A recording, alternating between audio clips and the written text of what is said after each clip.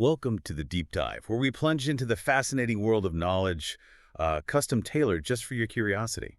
Today, we're embarking on an incredible journey. We're exploring the complex, tireless ways our bodies respond to threats, get injured, and maybe most remarkably, heal themselves.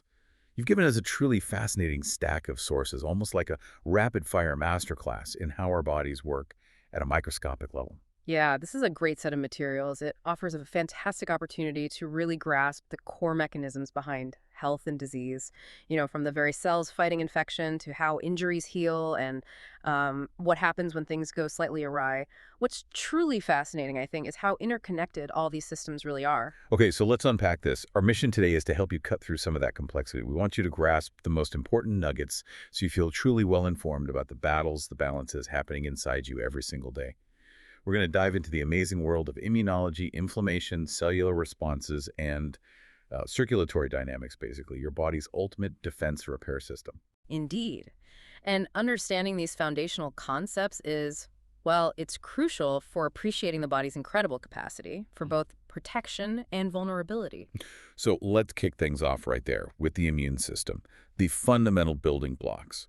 What are the specialized cells that produce those critical defenders we call antibodies? Ah, yes. Those would be plasma cells. You can think of them like a highly specialized factory. They're a specific type of immune cell, a B lymphocyte, that has terminally differentiated. Basically, they've graduated.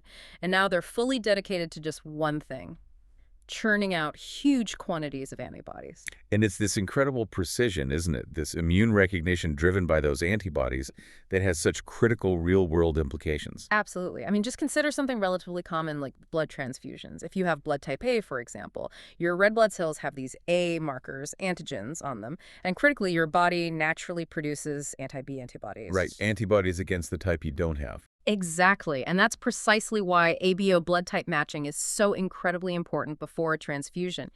If you receive the wrong blood type, say type B blood, your existing anti-B antibodies will immediately bind to those transfused red blood cells. They essentially tag them for destruction. It's a very serious, rapid immune reaction. Leading to cell lysis, bursting the cells. Yes, exactly. It's actually a type 2 hypersensitivity reaction where the antibodies bind and then complement proteins get involved and enhance the cell destruction. It's quite dramatic. Okay, here's where it gets really interesting then. Sometimes our amazing immune system doesn't just protect us, it overreacts, leading to what we call hypersensitivity reactions. You've got some great examples of how these different types play out. We do. And it's important to understand there are 4 distinct types, each with its own unique mechanism of misfiring, if you will. Okay, 4 types. Let's break them down. Right. So, type 1 hypersensitivity. Think of this as the immediate allergic reaction. It's driven by the activation, the degranulation of mast cells and basophils after specific antibodies, IgE, bind to an antigen. It happens really rapidly after exposure. Classic hay fever, bee sting reaction, food allergies, that sort of thing. Okay, the fast one. Got it. What's type 2? Type 2 hypersensitivity. Here, antibodies directly bind to antigens on the surface of your own cells, leading to their destruction.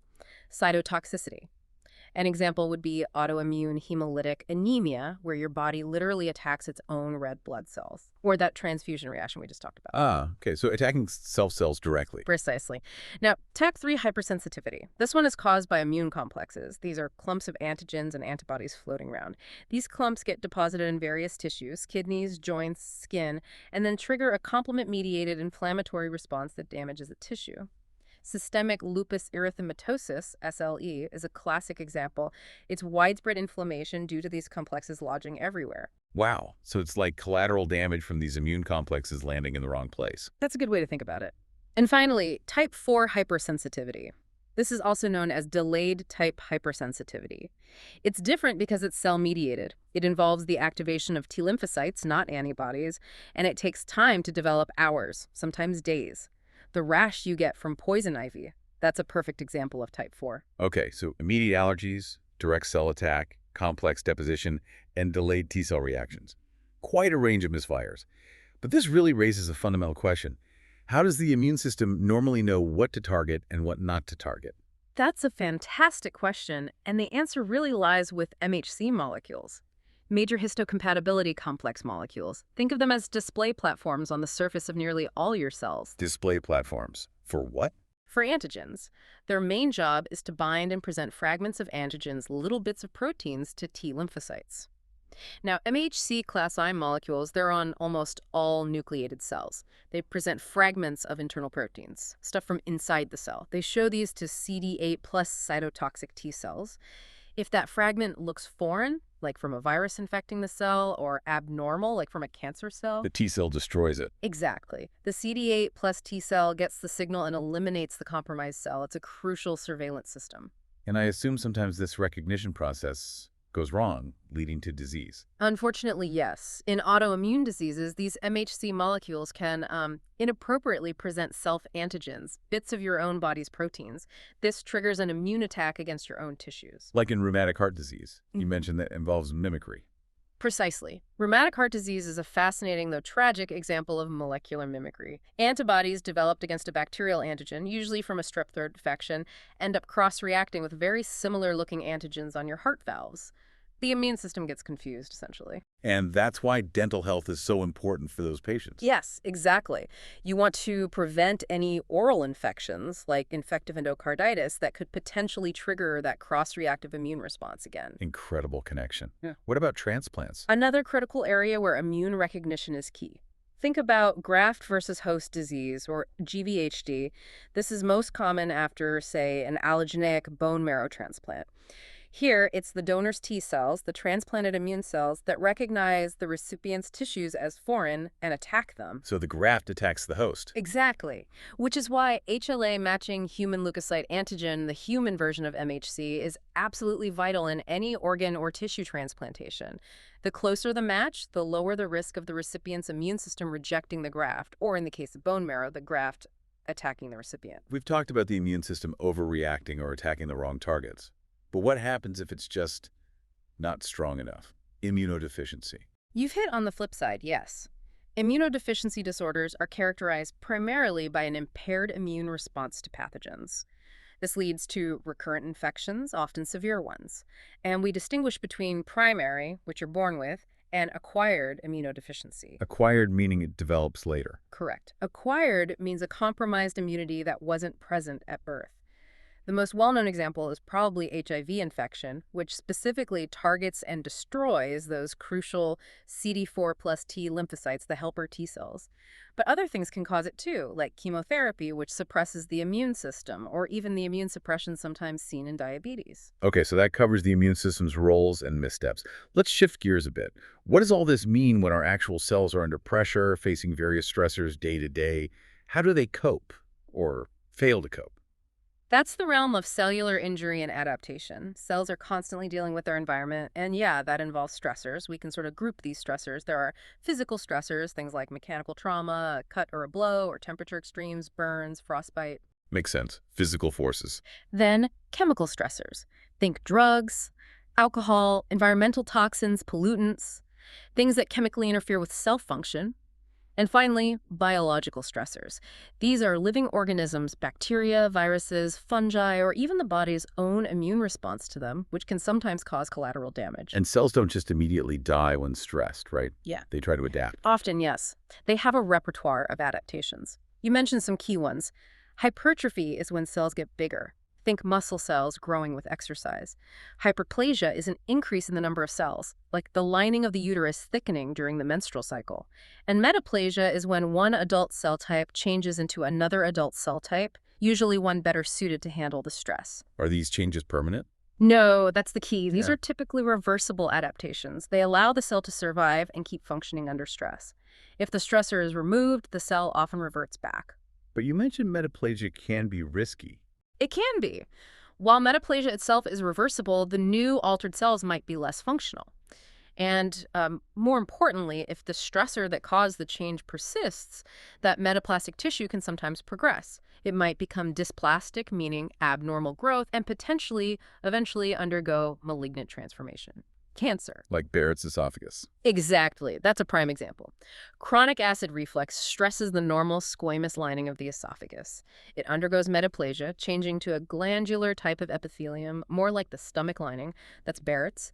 And while that new lining resists acid better, it unfortunately carries a higher risk of developing esophageal adenocarcinoma. Okay, so adaptation is good, but can sometimes lead down a dangerous path if the stress continues. But what happens when the injury is just too severe? When adaptation isn't enough? Cells die. You detail different ways this happens. What's the basic difference between, say, planned demolition and uncontrolled collapse? That's a great analogy. We basically have two main pathways of cell death. Apoptosis is the planned demolition. It's programmed cell death, a highly controlled internal suicide program. The body uses it to eliminate unwanted cells, like webbing between fingers during development or damaged cells, without causing a big inflammatory mess. Tidy removal. Very tidy. For instance, neutrophils, those immune cells we talked about, undergo apoptosis after they've done their job fighting infection. And there's a critical protein, p53, often called the guardian of the genome. It gets activated by DNA damage. If the damage is too severe to repair, p53 can trigger apoptosis to prevent the damaged cell from becoming cancerous. Okay, that's the controlled way. What's the uncontrolled collapse? That would be necrosis. This is uncontrolled cell death, usually resulting from severe injury, lack of oxygen, toxins, infections.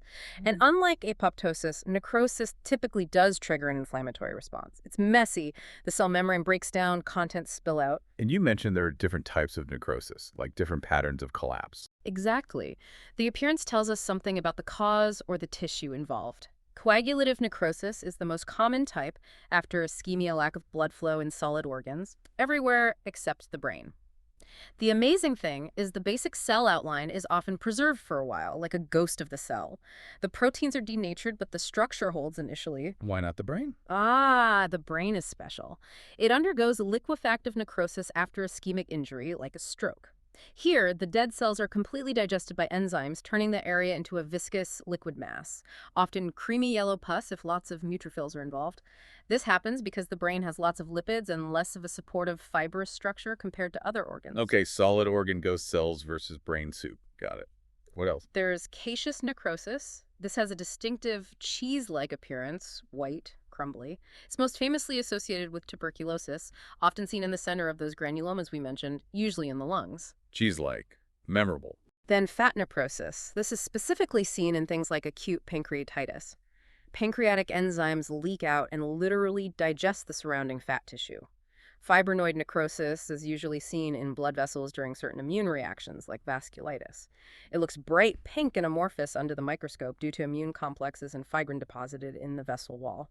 And finally, gangrenous necrosis. This isn't really a distinct pattern microscopically, but more a clinical term. It refers to ischemic necrosis, usually of a limb or digit, often complicated by a superimposed bacterial infection affecting multiple tissue layers. Wow. So the way cells die really tells a story about the injury. What's happening at the most basic level inside the cell leading to this damage and death. Yeah, the underlying cellular mechanisms are key. Hypoxia, a lack of adequate oxygen, is a huge one. Without oxygen, mitochondria, the cell's powerhouses, can't generate ATP, the energy currency. Lack of ATP is catastrophic. Ion pumps fail. Like the sodium-potassium pump. Exactly. The Na plus K plus pump needs ATP. When it fails, sodium floods into the cell, water follows, and the cell swells up. That's an early sign of injury. Prolonged ATP depletion leads to irreversible damage and eventually necrosis. Another major mechanism is oxidative stress. This is when there's an imbalance. Too many reactive oxygen species, ROS, or free radicals, are produced, overwhelming the body's antioxidant defenses. These ROS are highly reactive molecules that can damage DNA, proteins, lipids, basically everything in the cell. Okay, so lack of energy and damage from reactive molecules are major pathways to cell injury and death. Now, when cells are injured or when invaders attack, the body launches its emergency response. Inflammation. What's the main goal here? What's inflammation trying to achieve? Inflammation's primary purpose is really threefold: protection, cleanup, and repair initiation. It aims to eliminate the offending agent, whether it's microbes or damaged cells. It works to destroy, dilute, or at least wall off the injurious agent or the damaged area. And then, crucially, it sets the stage. It initiates the process of repair and healing. And we often hear about acute versus chronic inflammation. They sound different, are they? Very different, yes. In terms of timing, cellular players, and outcomes, acute inflammation is the rapid initial response. Think minutes to hours, maybe days. It's primarily driven by neutrophils. These are the first responders, the most numerous leukocytes rushing to the scene. Their main job is phagocytosis, eating bacteria and cellular debris. The quick reaction force. Exactly. Now, chronic inflammation occurs when the acute response fails to clear the problem, or when the injury is persistent or low-grade from the start. This can last weeks, months, even years. Histologically, it looks different. Instead of neutrophils dominating, you see mononuclear cells, macrophages, lymphocytes, and plasma cells.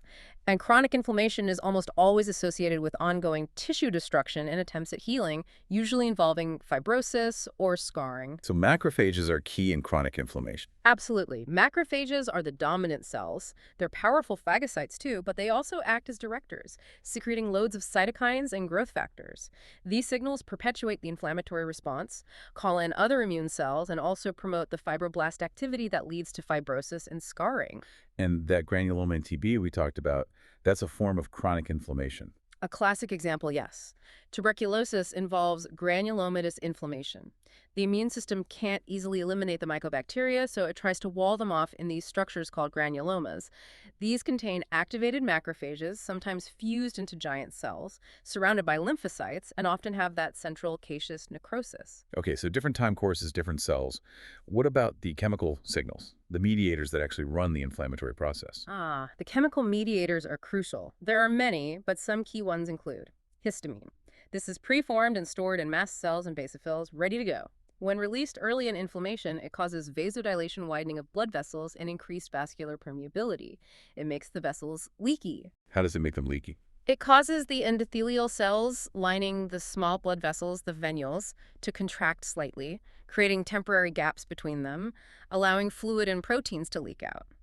Serotonin, released from platelets, has similar effects, mainly vasodilation. What about fever? What causes that? That's mainly due to prostaglandin E2, PGE2.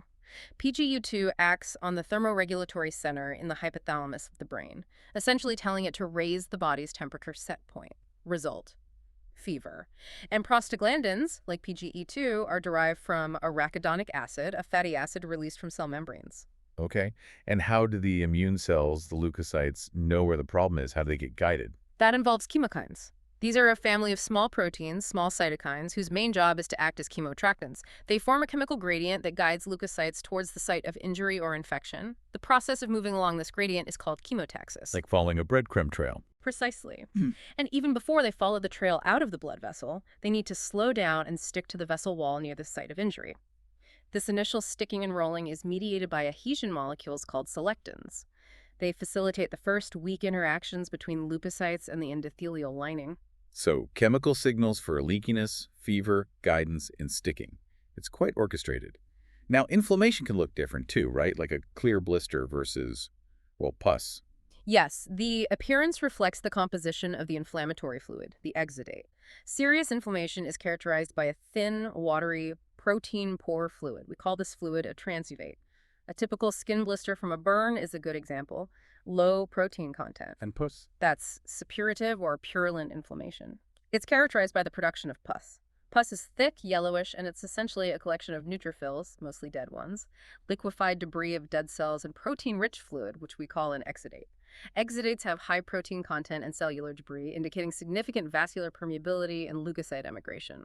So transudate is thin fluid leakage, exudate is thicker, protein-rich, often with cells. What happens if that exudate, especially if it's rich in fibrin, doesn't get cleared away? That can lead to scarring. If a fibrinous exudate isn't completely removed by macrophages through phagocytosis and enzymatic breakdown, it undergoes organization. Organization is essentially the replacement of the exudate with granulation tissue. Fibroblasts and new capillaries grow into it, eventually forming a dense fibrous scar. Okay, so cleanup is crucial to avoid scarring. Which brings us to healing itself. After the battle of inflammation, how does the body repair the damage? You mentioned a neat versus a messy version. That's a good way to frame it. We talk about healing by primary versus secondary intention. Healing by primary intention, or first intention, happens in clean, uninfected, surgically approximated wounds. Think of a neat surgical incision. There's minimal tissue loss. The edges are close together. This allows for relatively rapid healing, often with complete regeneration of the epithelium and minimal scarring. Tissues with cells that can readily divide, like skin epithelium, we call these labile tissues, heal very well this way. The ideal scenario, what's secondary intention?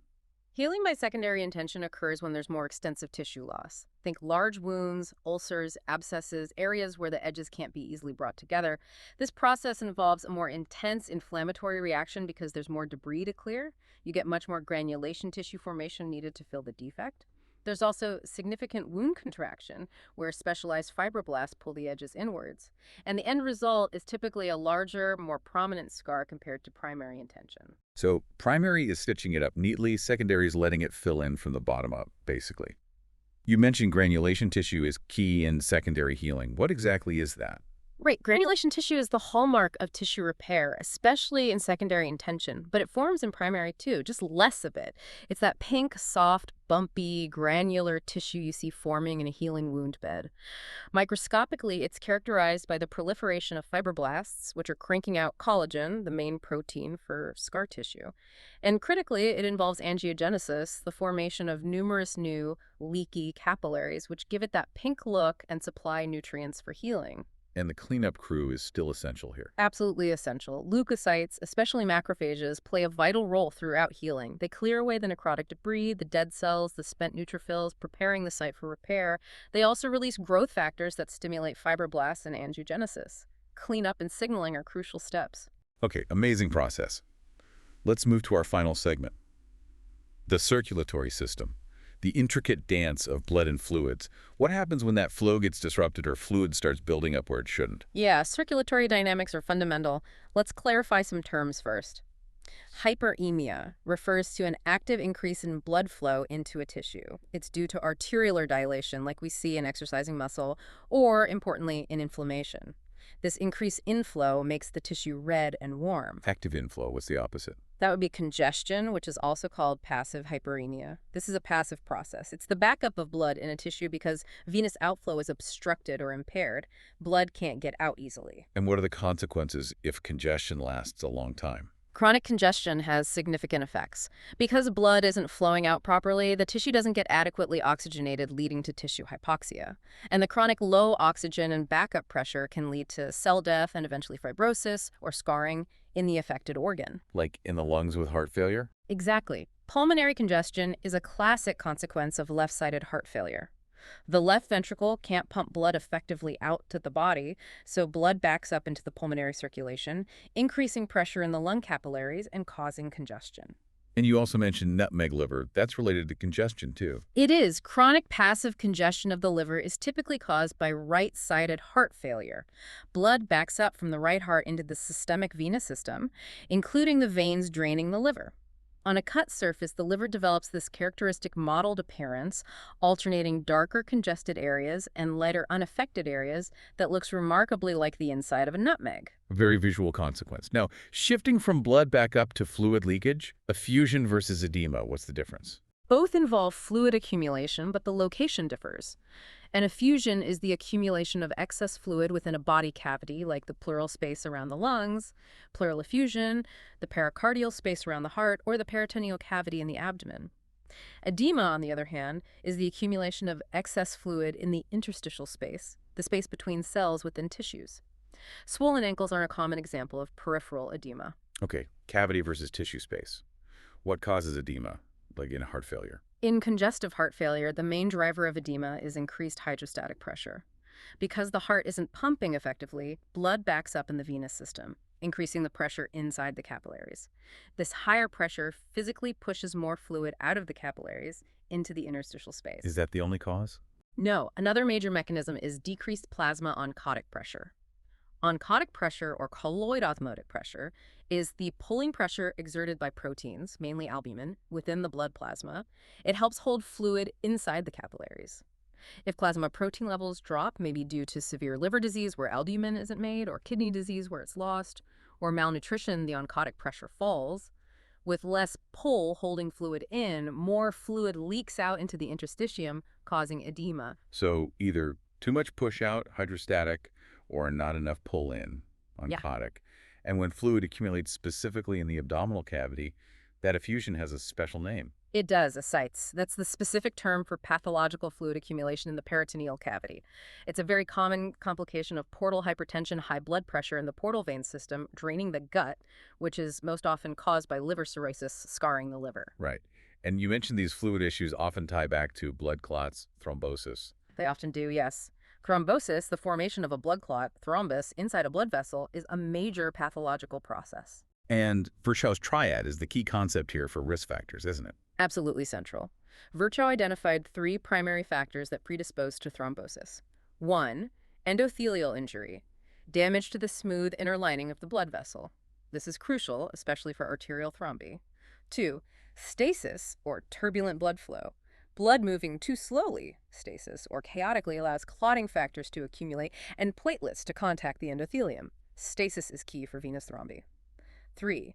Hypercoagulability, an increased tendency of the blood to clot, either inherited or acquired, like due to cancer, pregnancy, certain medications. A really common risk factor involving stasis is just not moving. Exactly. Prolonged immobilization, being bedridden after surgery, long plane flights leads to venous stasis, particularly in the legs. This significantly increases the risk of deep vein thrombosis, DVT, and the lower extremities are by far the most common site for DVTs. What about clots in arteries? Arterial thrombi most often form at sites of atherosclerosis, where plaques have already damaged the endothelium and disrupted blood flow. Common locations are the coronary arteries, potentially causing a heart attack, myocardial infarction, or cerebral arteries causing a stroke, or arteries in the legs. And you mentioned a red thrombus. That's typically a venous or stasis thrombus, right? Rich and red blood cells trapped in fibrin mesh due to slow flow.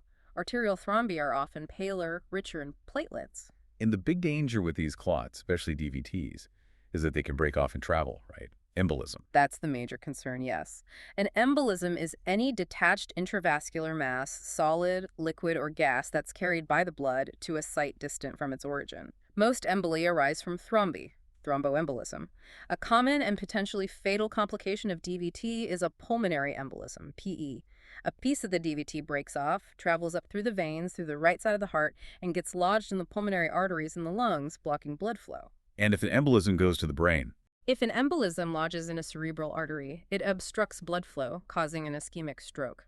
These often originate from thrombi in the heart, or large arteries like the carotids. Are there other types of emboli besides blood clots? Yes, definitely. Though less common, they can be very serious. Air embolism. Bubbles of air entering the circulation, maybe from chest trauma or certain surgical procedures.